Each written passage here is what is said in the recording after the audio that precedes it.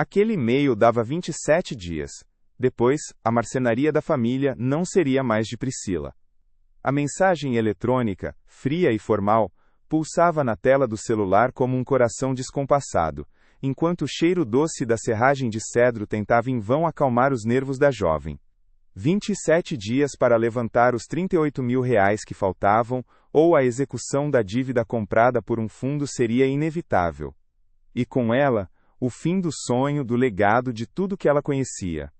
Priscila, com seus 26 anos e as mãos calejadas de quem sabe o valor do trabalho, sentia o suor frio escorrer pelas costas, mesmo com a brisa que entrava pela porta aberta da oficina. A voz do oficial de justiça, que a havia procurado na semana anterior, ainda ecoava na sua mente. É o último aviso, minha filha. Ninguém mais segura essa. Priscila sempre soube que a vida não era um mar de rosas. Mas a marcenaria do Sr. Eustáquio, seu pai, sempre fora um porto seguro. Desde os tempos em que engatinhava entre as pilhas de madeira, o som das máquinas e o aroma forte de verniz eram sua canção de ninar. Cresceu aprendendo a diferença entre o pinho e o carvalho, a arte de lixar até a madeira parecer seda, a paciência de encaixar uma peça na outra. Aos 18, o pai a ensinou a usar a serra circular com a mesma reverência que se usa um bisturi, e Priscila, moça de pulso firme e olhar determinado, absorveu cada ensinamento. Quando o Sr. Eustáquio faleceu há 3 anos, vítima de um infarto fulminante, Priscila assumiu a marcenaria com a promessa de mantê-la viva. Não imaginava que o pai havia contraído um empréstimo vultoso, anos antes, e que essa dívida se tornaria a espada de Damocles sobre sua cabeça. Ela havia tentado de tudo. Renegociou prazos, vendeu algumas máquinas antigas, trabalhou dia e noite fazendo móveis sob medida para quem aparecia.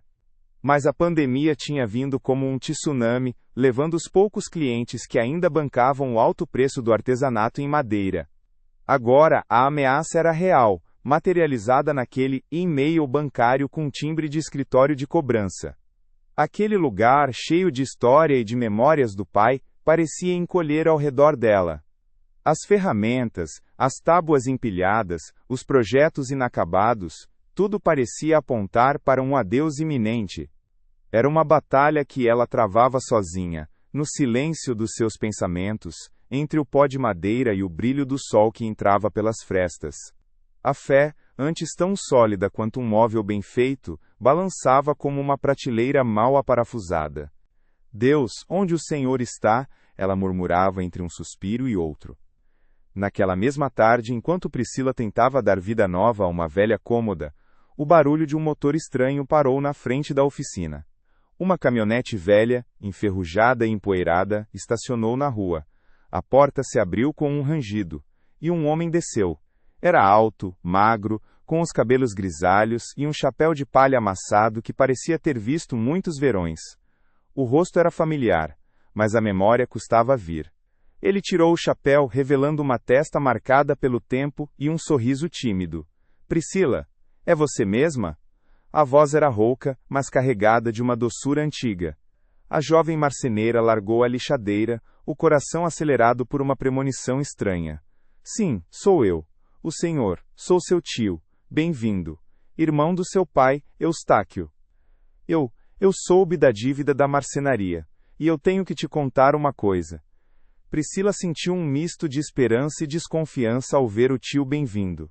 Fazia anos que não o via. A família paterna tinha laços distantes, rompidos por mágoas antigas que ela nunca soubera ao certo quais eram. O coração acelerou, mas a mente, prática e desconfiada, já calculava o que ele queria. Ajuda ou um novo problema, dívida da marcenaria. O senhor sabe? Perguntou Priscila, a lixadeira agora completamente esquecida sobre a bancada. Bem-vindo assentiu, o olhar cansado e ao mesmo tempo cheio de uma doçura que ela não se lembrava de ter visto em seu pai. Seu irmão era um bom homem, Priscila. Mas era de guardar as coisas para ele, e essa marcenaria era o maior xodó dele, soube pelo padre Inácio. A cidade é pequena, essas coisas correm, eu vim ver o que posso fazer. Ela suspirou, um nó na garganta. Assis, já tentei de tudo, tio, não tem mais o que vender, nem de onde tirar. A marcenaria já não dá o que dava antes. As pessoas querem móvel barato, de fibra, não entendem mais a beleza da madeira maciça, do trabalho feito à mão. Bem-vindo caminhou lentamente pela oficina, os dedos envelhecidos deslizando sobre uma bancada antiga, depois sobre um caixote de ferramentas. O silêncio, apenas quebrado pelo zumbido distante de uma máquina na rua, parecia pesar. Ele parou diante de uma estante, cheia de pequenos objetos esculpidos, que seu pai fazia nos momentos de folga. Bichinhos, miniaturas de casarões antigos, caixinhas delicadas. Seu pai nunca vendeu só mesa e cadeira, Priscila. Ele vendia um pedaço da alma da árvore. E um pedacinho da dele. Tem um dom que ele deixou para você, que não está na conta do banco, mas em cada fibra aqui dentro. Priscila mordeu o lábio, a frustração borbulhando. O que ela precisava era de dinheiro, de R$ 38 mil em 27 dias, não de divagações sobre a alma da árvore. Ela tinha uma cômoda de jacarandá, linda, com entalhes que ela mesma havia feito, anunciada há semanas. Ninguém se interessava. Nenhuma ligação. Com todo respeito, tio, mas essas coisas não pagam a dívida. Eu preciso de cliente, de venda, não de poesia. Ele se virou, a testa franzida em um misto de compreensão e pena. A gente se apega tanto ao que é visível, ao barulho do martelo, ao cheiro do verniz. E esquece que a magia da madeira começa bem antes, lá na semente. Seu pai via isso. Ele via a vida na madeira antes de qualquer corte. É por isso que os móveis dele tinham aquilo. Ele fez um gesto vago com as mãos. Priscila não entendeu. Para ela, aquilo era o esmero, a qualidade, a durabilidade. Eram virtudes que, no mercado atual, pareciam não valer nada. Ela passou o resto do dia tentando reanimar as vendas online, ligando para antigos clientes, oferecendo descontos. Ninguém. O prazo do e-mail parecia um contador regressivo na sua cabeça, e cada dia que passava sem uma venda, a esperança diminuía. Ela orou, de joelhos, no quartinho dos fundos, mas as palavras pareciam vazias. Tem gente que busca milagres que caem do céu, mas a vida, muitas vezes, esconde as respostas no chão que a gente pisa todo dia. Os dias foram se esvaindo como serragem fina ao vento. Priscila estava exausta, o corpo moído e a alma pesada. Bem-vindo ainda estava por ali, ajudando em pequenas tarefas, consertando uma porta que rangia, afiando uma ferramenta, mas sem tocar no assunto da dívida novamente. Sua presença, antes incômoda, agora era apenas um ruído de fundo na espiral de desespero de Priscila. Ela se sentia falhando com o pai, com a memória dele, com a marcenaria que era seu legado. Faltavam apenas 3 dias para o prazo final. Os R$ 38 mil pareciam um Everest inatingível. Naquela noite, incapaz de dormir, Priscila decidiu que iria começar a limpar a marcenaria, preparando-a para o que viria. Era um adeus silencioso, um ato de aceitação amarga. Começou pela parte mais antiga, o canto que pertencia ao seu avô, e depois ao pai. Havia uma pilha de tábuas que ela considerava restos, pedaços pequenos e regulares, que nunca encontravam uso em seus projetos de móveis mais modernos. Ela ia pegando uma por uma, jogando fora o que estava podre, separando o que ainda podia servir para alguma queima. Seu olhar caiu sobre uma tábua de jacarandá antiga. Não era grande, talvez uns 60 centímetros de comprimento, 30 de largura. Estava gasta, com as bordas irregulares e algumas marcas escuras. Seu pai sempre a guardava, nunca a usava para nada. Era quase um amuleto, ela pensava. Inútil, murmurou, levantando-a para jogá-la no monte de lenha. Mas, justo quando a luz fraca da lâmpada que ela acendeu refletiu na superfície da madeira de um ângulo incomum, Priscila hesitou. Havia um brilho diferente. Um padrão, quase invisível, entalhado na superfície. Não era um entalhe comum, profundo. Era como se a fibra da madeira tivesse sido manipulada, alterada, para formar um desenho. Um arabesco delicado que só aparecia sob aquela luz específica, como um segredo revelado. Era a silhueta de uma flor de ipê, discreta, quase se fundindo com os veios naturais da madeira. A voz de bem-vindo ecoou em sua mente, quase como um sussurro. Seu pai sabia o segredo da madeira que canta. Via mais que a fibra, via a essência. E, anos antes, quando era criança, ela lembrava de ter visto o pai trabalhando em algo parecido, com ferramentas que ela nunca mais vira. Ele chamava de a arte de ver o que a madeira esconde. Era uma técnica antiga de marchetaria, mas que ele aplicava de forma tão sutil que parecia natural, um entalhe secreto que ele passava horas aperfeiçoando, criando padrões que só revelavam seu esplendor com a luz certa.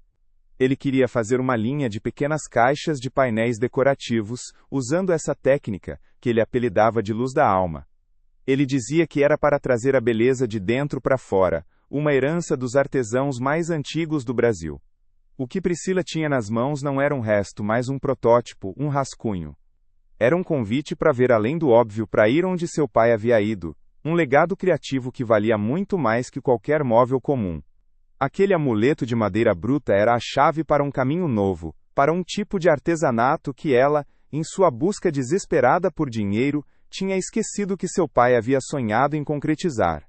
Era o dom que não estava no banco, mas nas mãos que criavam a alma da árvore. Quantas vezes a riqueza está camuflada de coisa velha, esperando um olhar diferente para revelar seu verdadeiro valor. De repente, os 38 mil reais não pareceram tão gigantescos. Não que ela tivesse encontrado o dinheiro ali, mas ela encontrara algo mais valioso, uma nova direção. Não se tratava mais de salvar a marcenaria como ela era, mas de resgatar o dom que a criou, e com ele, talvez, viria a saída. A luz fraca da lâmpada dançou na tábua de jacarandá, revelando a flor de ipê escondida. Para Priscila, não era apenas um desenho, era a voz do pai, um convite para enxergar além do óbvio. Aquele amuleto não trazia o dinheiro, mas uma clareza que o desespero havia nublado. A dívida, antes uma muralha intransponível, agora parecia um obstáculo que poderia ser contornado por um caminho diferente. Os 3 dias finais passaram como um furacão. Priscila não dormia. Não tentou mais vender móveis grandes ou ligar para velhos clientes. Com a tábua do pai como guia, ela mergulhou nos livros antigos da marcenaria, buscando as técnicas da luz da alma. Havia anotações em caligrafia gasta, diagramas quase ilegíveis. Era como desvendar um mapa de um dom ancestral. Ela experimentou com pedaços de cedro, de mogno, de freijó, lixando, talhando com ferramentas minúsculas, aplicando vernizes especiais para realçar os veios. As primeiras tentativas foram um desastre, os desenhos não apareciam, a madeira rachava, o tempo escorria. Uma noite, exausta, ela jogou as ferramentas na bancada. É inútil, murmurou, a voz embargada. A esperança minguava novamente, trazendo a velha sensação de fracasso. Bem-vindo, sentado em um canto afiando uma goiva, apenas a observava, sem dizer uma palavra, mas com um olhar que parecia dizer, continue. Ela respirou fundo, lembrou-se da flor de ipê do pai. O segredo não estava na força, mas na paciência, na delicadeza. No dia seguinte, com os nervos à flor da pele, ela pegou um pequeno bloco de ipê roxo, uma madeira que seu pai amava. Deixou a lixadeira de lado, usou apenas as mãos e uma lâmina finíssima, quase um bisturi, para raspar camadas microscópicas da superfície, revelando o padrão subjacente. E então, sob a luz do sol que entrava pela janela, o desenho de um beija-flor tão sutil quanto um suspiro, apareceu. Não era perfeito, mas era dela. Era a luz da alma que o pai vislumbrava. Priscila não tinha mais tempo para a dívida, mas tinha um novo propósito. Em vez de móveis, começou a criar pequenos quadros decorativos, broches de madeira e caixinhas para joias, todos com a técnica da luz da alma. Fotografou as peças com um cuidado que nunca havia dedicado aos móveis. Criou uma conta numa rede social, postando fotos e vídeos curtos, explicando a técnica, a história do pai, a herança. O preço era mais acessível do que os móveis, mas o valor percebido era imenso. Para sua surpresa, a resposta foi quase imediata. Pessoas de todo o Brasil, fascinadas pela originalidade e pela beleza quase mágica das peças, começaram a fazer encomendas. No dia da execução, o oficial de justiça, um senhor de rosto carrancudo que Priscila já conhecia, apareceu. Ela o esperava, com o coração apertado, mas agora, com um brilho diferente nos olhos. Em vez de um balanço contábil em frangalhos, Priscila mostrou a ele as encomendas, os comprovantes de pagamento, que começavam a entrar, a história da luz da alma. Explicou que tinha encontrado um meio de levantar o dinheiro, que a marcenaria não estava fadada ao fim, mas a um novo começo. O oficial, acostumado com desculpas esfarrapadas, olhou para um pequeno painel de jacarandá com um tucano entalhado, que parecia ganhar vida sob a luz. Ele suspirou. É diferente, minha filha. É arte. Vou fazer um relatório. Você tem 30 dias para mostrar progresso real. O fundo não perdoa, mas isso aqui tem potencial. Não era o dinheiro total, mas era um adiamento, uma brecha. Era a chance que ela precisava. Nos meses seguintes, a marcenaria se transformou. O cheiro de serragem ainda estava lá, mas misturado ao aroma de óleos essenciais que Priscila usava para selar suas pequenas obras.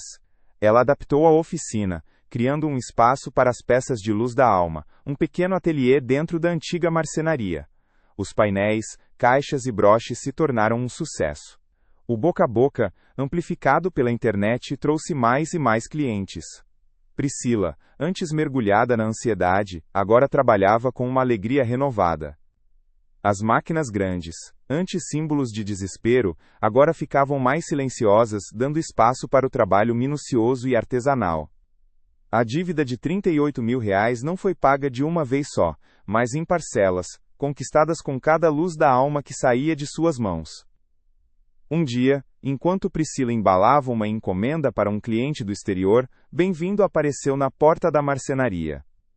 Ele não disse nada, apenas observou as prateleiras cheias de arte, os clientes que entravam para ver as novidades, a aura de paz e um novo propósito que envolvia Priscila. Seus olhos grisalhos se fixaram em um painel que retratava uma floresta, onde a luz dançava entre os veios da madeira. Ele sorriu, um sorriso pequeno, quase imperceptível, um aceno silencioso de que ele entendia, de que o dom do irmão estava florescendo de uma forma nova e ainda mais bela. Priscila ouviu, e um calor suave invadiu seu peito. Sem palavras, eles compartilharam a certeza de que a marcenaria de fato não morreria. A história de Priscila e da marcenaria Luz da Alma não é apenas sobre dívidas e madeira. É sobre a descoberta de que, muitas vezes, o que precisamos para sair de um aperto não está em um milagre que cai do céu, mas na semente que já plantamos, ou na tábua que guardamos como inútil. Priscila se viu à beira de perder tudo por não conseguir ver o valor oculto que seu pai havia deixado. Ela estava tão focada nos problemas visíveis, a falta de clientes para móveis grandes, o dinheiro que não vinha, que ignorava a herança criativa, a técnica sutil que revelava a vida dentro da madeira. Aquele pedaço de jacarandá, um resto para seus olhos cansados, era na verdade o mapa para uma nova existência. Ele mostrava que a verdadeira saída não era lutar para reviver o passado, mas sim honrar a essência do legado de uma forma reinventada. Priscila aprendeu que a mudança não é sempre um salto radical para o desconhecido, mas muitas vezes um ajuste de foco, uma nova perspectiva sobre o que já existe. É como virar a tábua para que a luz revele o desenho secreto. Quantas vezes, na sua própria vida, você se sentiu encurralado, procurando por soluções grandiosas, enquanto a resposta estava ali, camuflada no cotidiano, esperando um olhar mais atento? Talvez o seu próprio dom esteja adormecido, esperando que você se permita vê-lo, não como algo que precisa ser transformado em moeda, mas como uma expressão única da sua riqueza interior. A descoberta de Priscila nos mostra que, para encontrar o novo rumo, às vezes precisamos parar de cerrar o óbvio e aprender a escutar a madeira que canta, a ver a luz que a alma esconde. Se você já se viu em uma situação onde precisava de uma solução imediata, mas a verdadeira saída estava escondida em algo que você considerava inútil, escreve aqui embaixo como você fez para enxergar essa revelação. Se a história da Priscila te inspirou a olhar para sua própria vida com outros olhos, deixa o like, se inscreve e ativa o sininho, isso ajuda mais pessoas a encontrar sua própria luz da alma e a enxergar os valores ocultos que a vida esconde.